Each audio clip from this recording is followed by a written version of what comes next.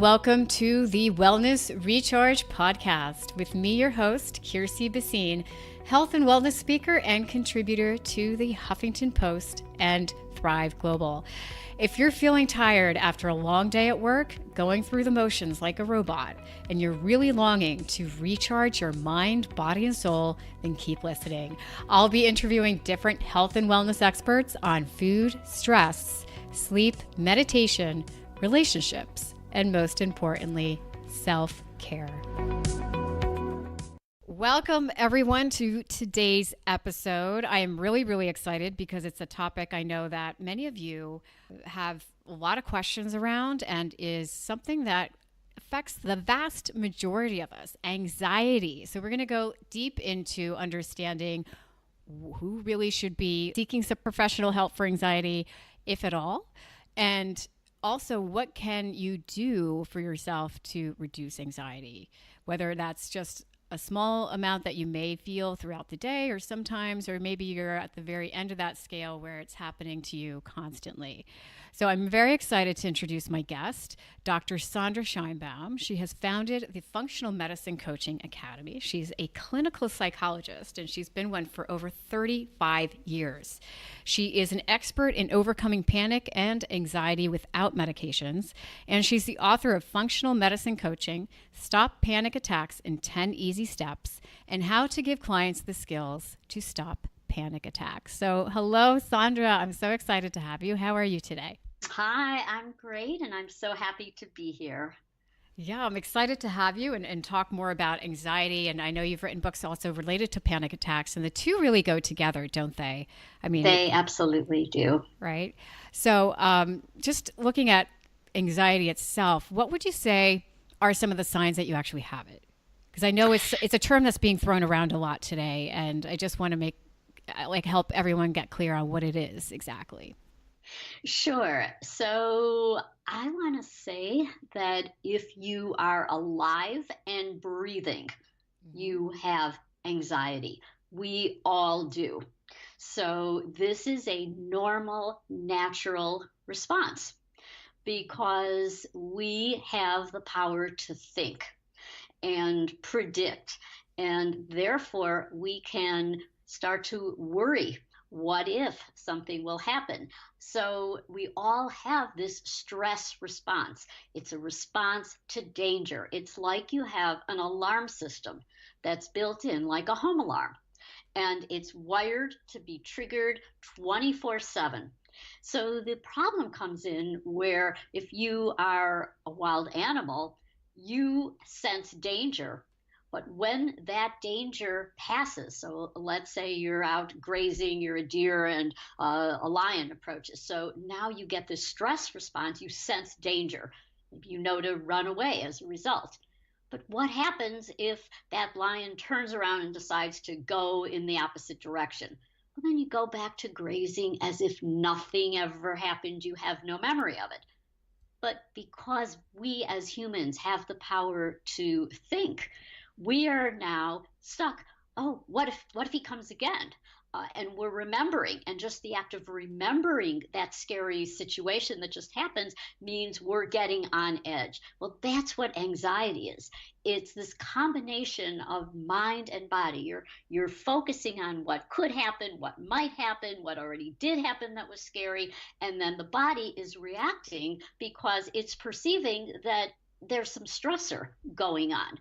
And so if you focus on that this is a normal response, then that's step one to then letting go and reducing that anxiety. Right. So you mentioned that there's some reactions going on in the body. So could you tell us a little bit more about what kind of reactions those would be? Sure. So the mind and body are connected, they are never separated. So let's think about what we would need that is a survival mechanism. So let's say we are facing life or death danger. Well, there are only two choices: you fight or you run away. So that example that, okay, somebody's coming at you, and you either stand your ground, you fight, you're faced with a wild animal, or you have to run.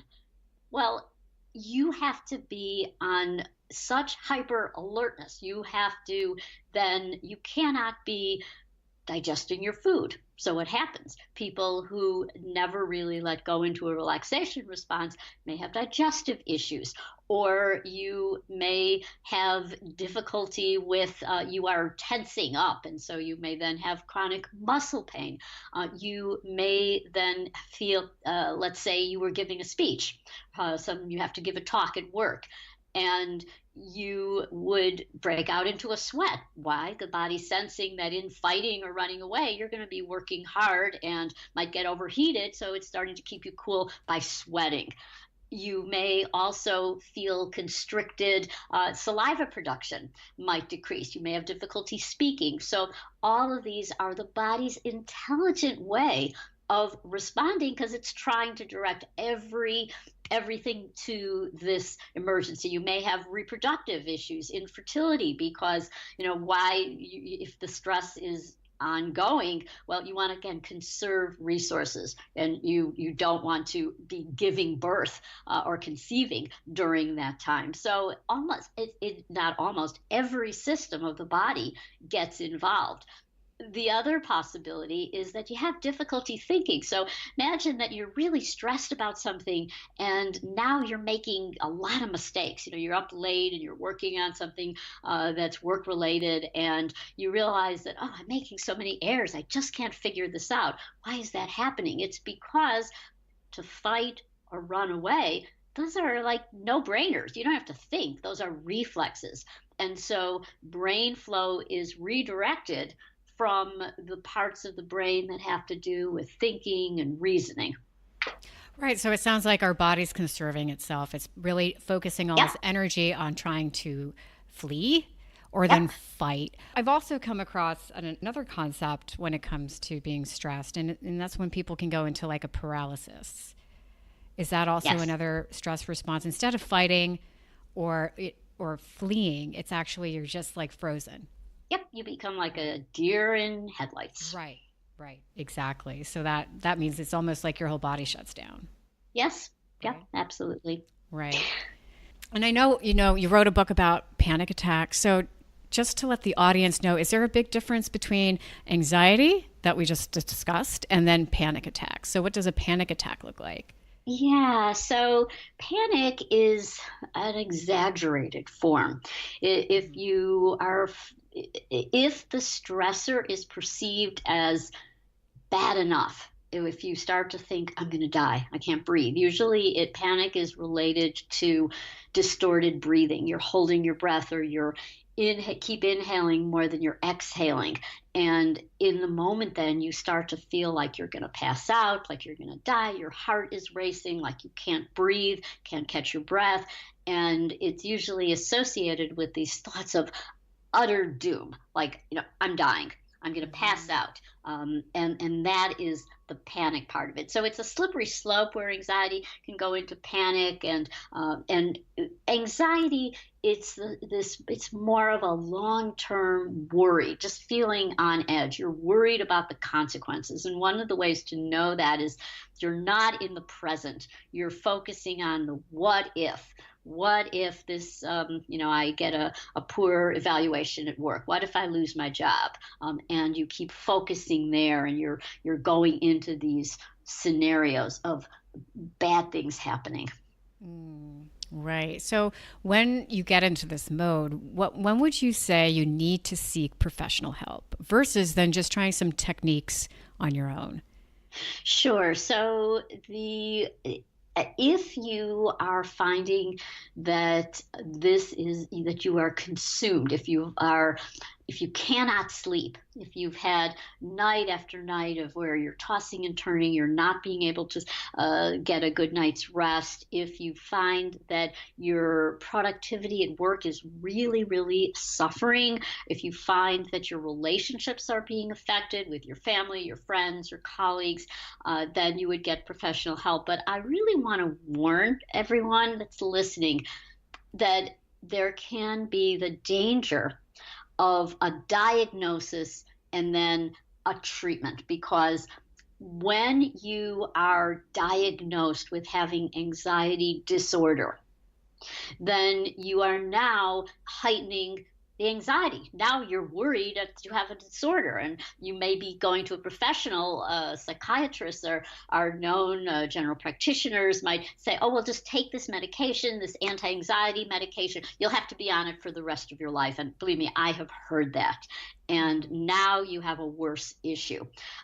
You also may then, like in the case of panic, now you start to avoid places where you didn't feel good, where you had that panic attack. Again, because you are now identifying yourself as a panic sufferer, as somebody with anxiety disorder. But if you keep it focused on this is a normal response that the body has, and I can use many, many ways to let go, to calm myself, because the body, just as it knows how to get into that stress response and create anxiety, it knows how to get into the opposite, this nice calming relaxation response where you feel good.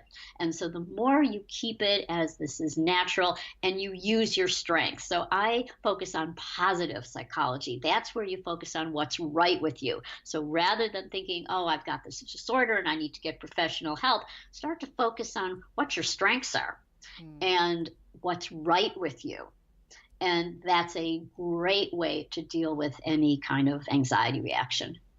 Right. And I love what you said about focusing on what's good in you, what your strengths are. So could you give an example, like a concrete example of what a good strength would be when it comes to managing anxiety and managing that stress, or even if it goes into a panic attack mode?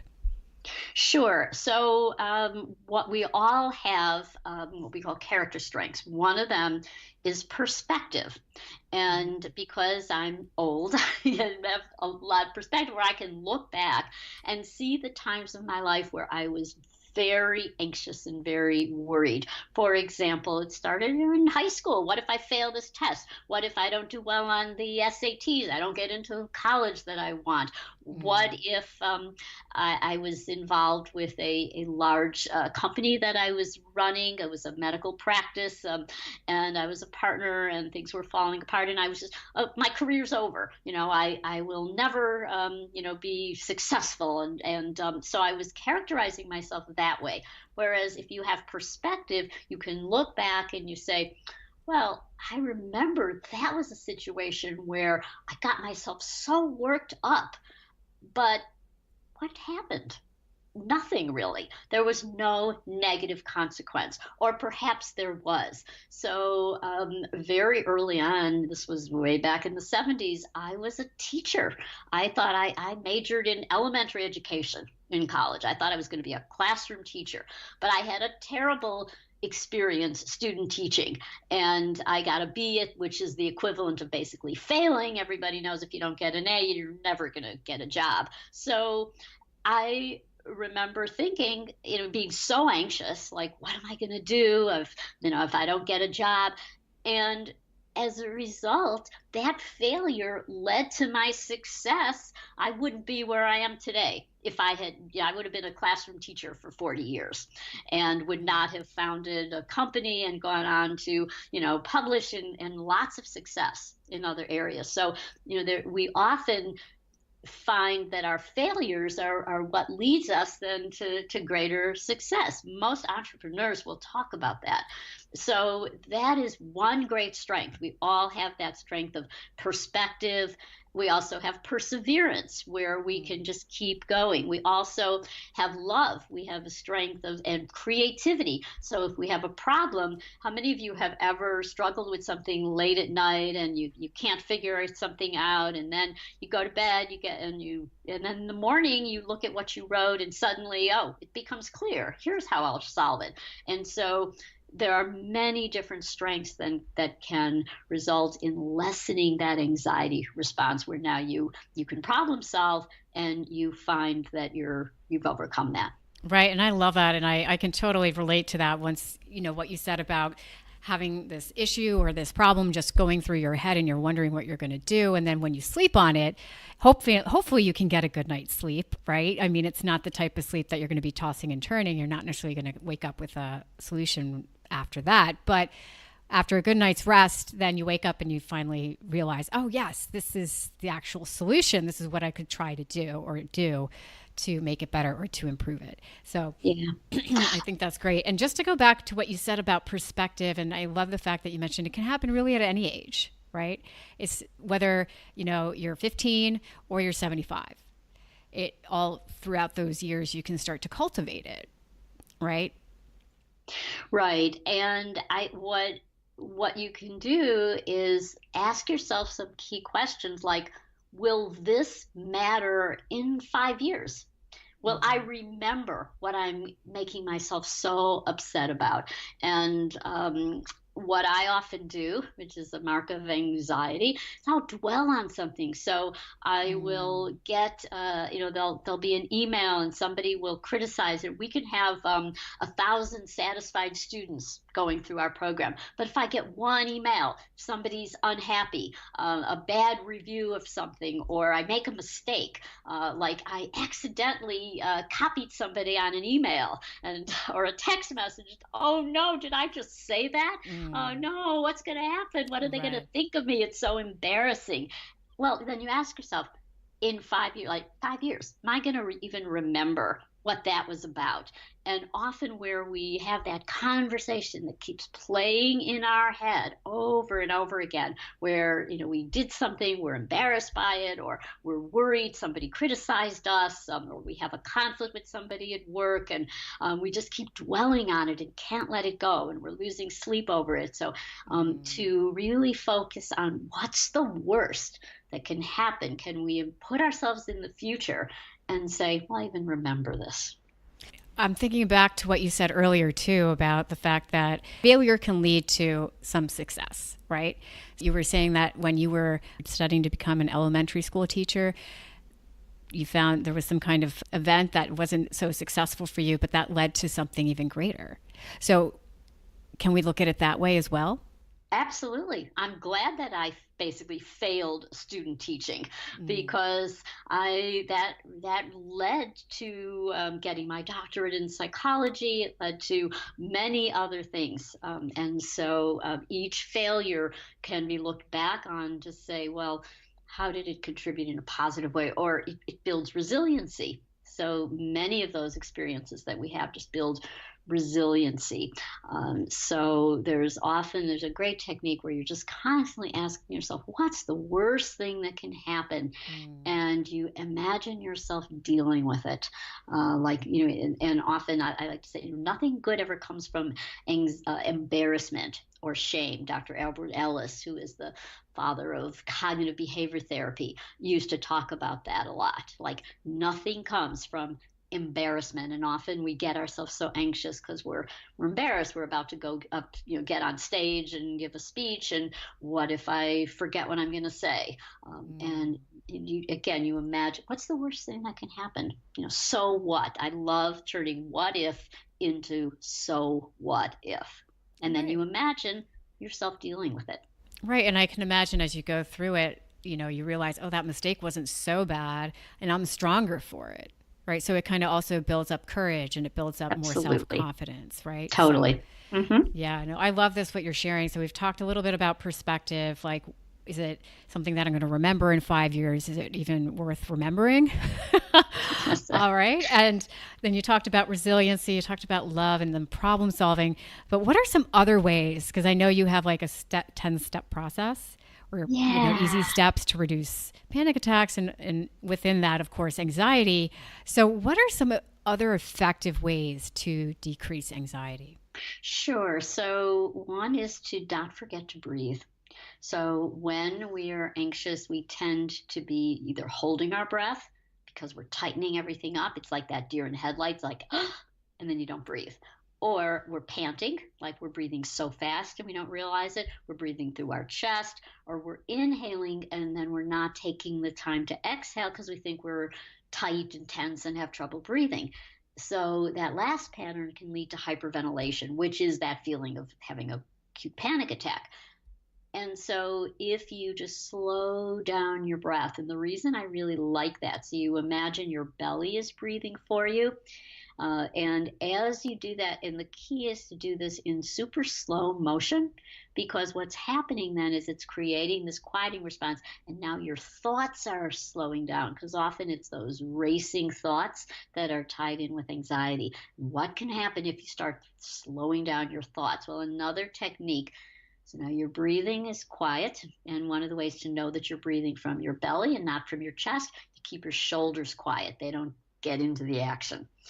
And And when you say your ask, shoulders are quiet, what does that mean? yeah. So if you're so take a chest breath and like realize that your shoulders lifted up, Mm, and so that is a part of a stress response.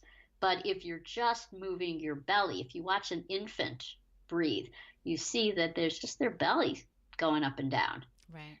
And that is a great way of breathing. I do a lot of Pilates, and that's where you're focused on the breath, but you're also putting your spine into a position where you're not like overarching Mm, or tucked the other way. So it's just this. It's kind of like good posture, and now you feel your belly just pushing out and pulling back in from your belly button, like somebody had a string attached to your belly button. You mm, push it out, and it's being pulled out and then pulled back in towards your spine from the other side.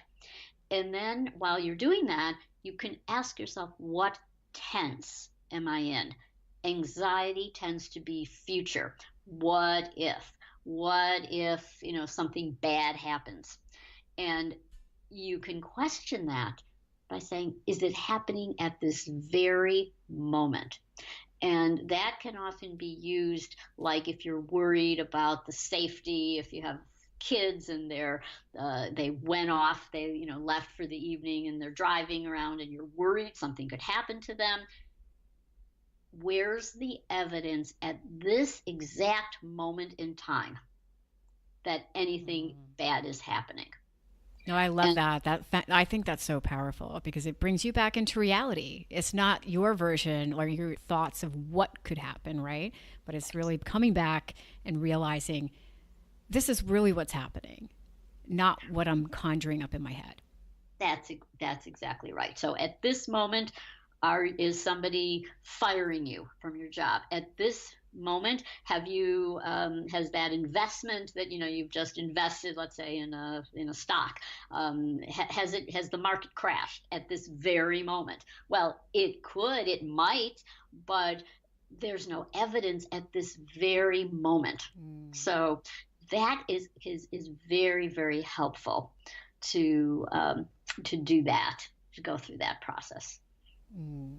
And how about then when, for example, my boss yelled at me and I know that I made a mistake and I own that mistake, but I'm still really worried about it because I know the consequence could be that I get fired or I get demoted or I won't get onto that project.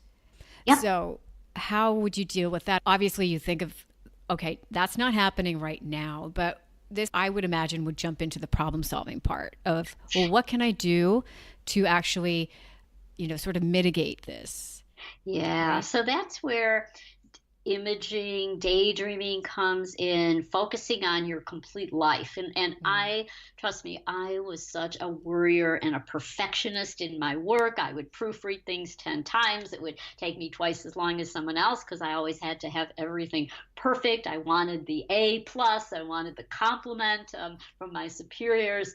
And what you do in that, if you're in that mindset, is you focus on, you go further with the what if. So okay, so what if you got a bad report at work, in your annual review? What if you were let go? What if you're actually fired? What if you were um, can you imagine your life going on? What matters most to you that would still be there? Would you still have your partner, your spouse, your children, your family, your friends, your mm, interests? So I was for many years a clinical psychologist, and I had a private practice. And with every person who would terminate, I would always worry, what if nobody else comes? What if I get no more phone calls of new clients? What if doctors stop referring to me?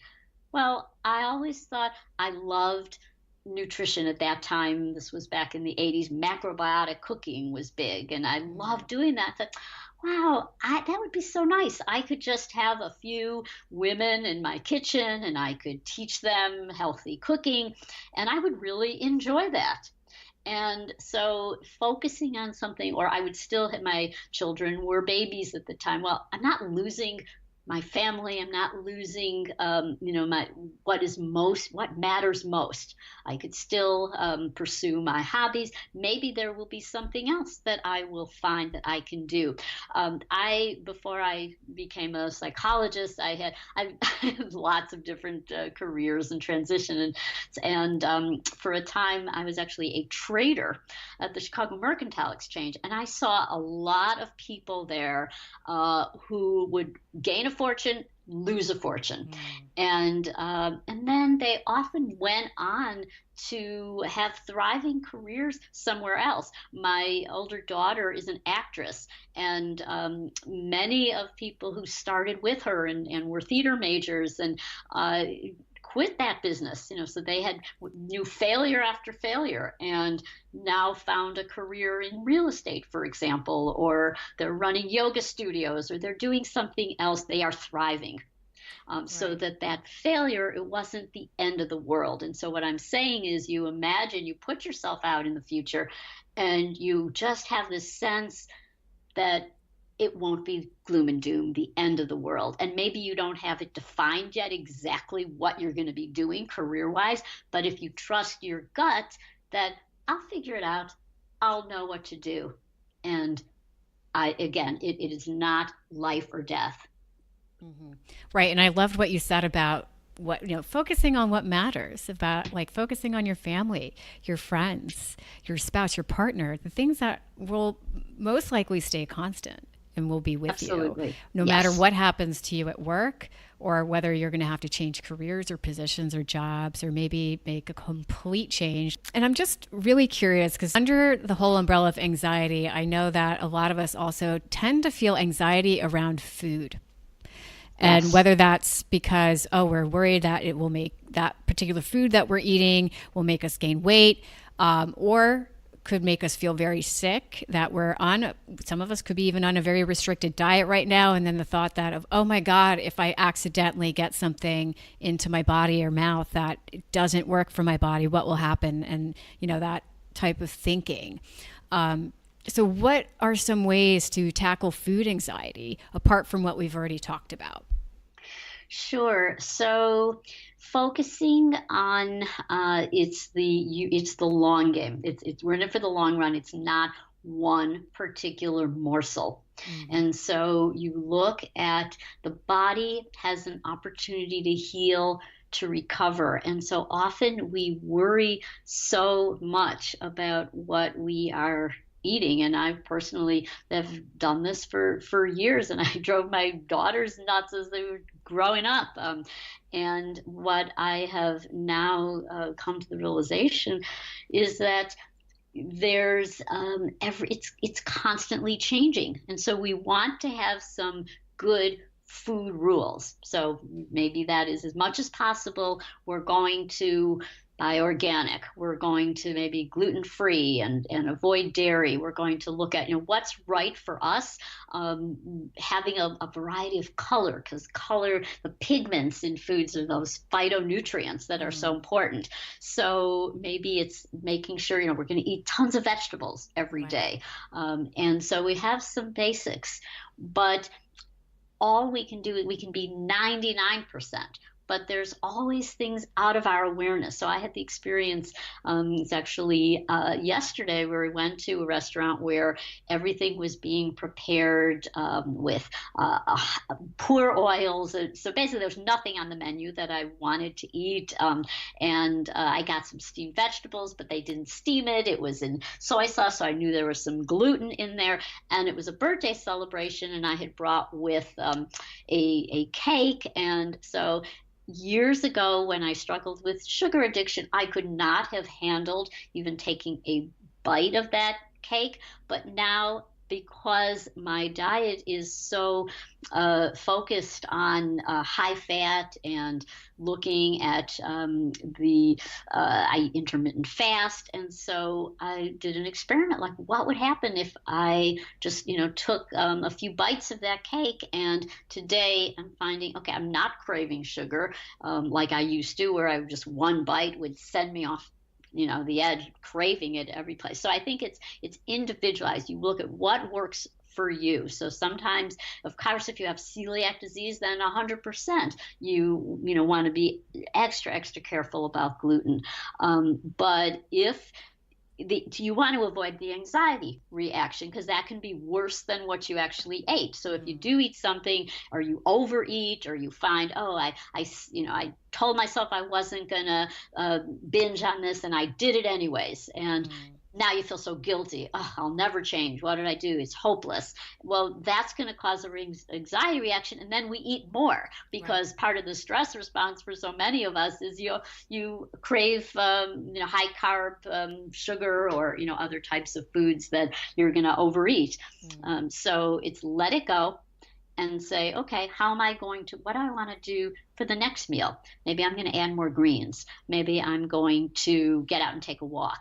And so I'll feel better, and I'll let it go, and as if it never happened, being like that deer where you just, okay, it happened, and now I'm just going to go back as if it never happened.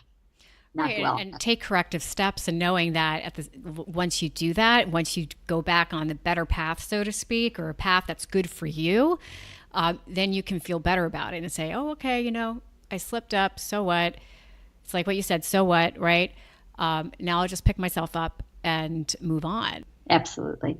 Yeah, I love that. Thank you. I think it's another topic that goes hand in hand with general anxiety. We do tend to feel a lot of anxiety around food, and especially because there's so much information on it. Like, well, what do we eat? What's going to be good for us? And that can also, in and of itself, just also create anxiety in us. So thanks for sharing that. But I know you know so much about anxiety and panic attacks, so I'm really curious as to what would you want to know more about when it comes to anxiety and panic attacks, and why? Sure. So when I started many years ago, we had theories, but now we have good, sophisticated brain imaging techniques, for example. So I want to know more about what's called neuroplasticity. New neural pathways change. So every time you practice the techniques that I've described, your brain actually builds new pathways that are now making it easier. The next time you'll be less anxious. So I would love to know more and see the science continue to advance in that area. No, that is a very exciting field, because it just shows how kind of resilient our brain is, right? And how flexible it can be. We can do a lot to change our mindset and therefore our lives. So I'm there with you. I want to hear more. I want to definitely see that there's more research going into that. Do you trust your intuition? And if so, how has it helped you? So I absolutely trust my intuition, and I can feel when something isn't right. So I had a long career as a psychologist. I was in a local office, and took a risk to, along with my partner, we founded the Functional Medicine Coaching Academy to train people to become health coaches. And it was a big risk to take, because I was 65. So everyone I knew was retiring. So I trusted my gut that this was going to work.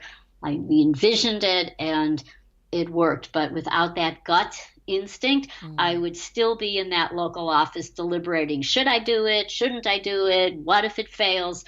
So the intuition allowed me to take a risk.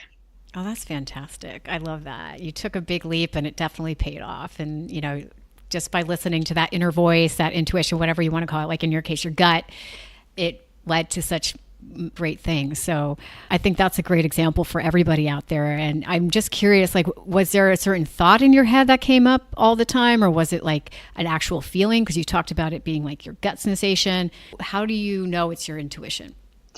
So I felt that it aligned.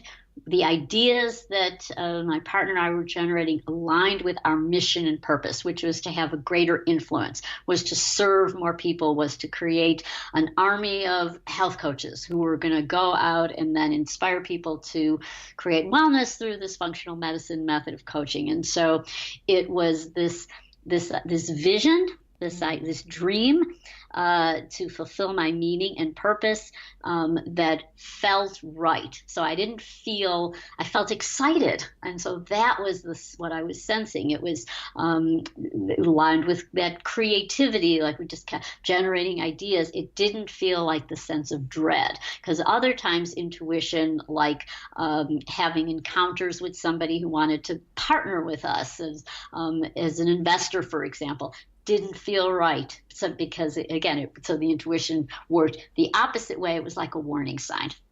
And as we're wrapping up right now, what number one piece of advice would you like to give the audience on anxiety and reducing anxiety? Sure.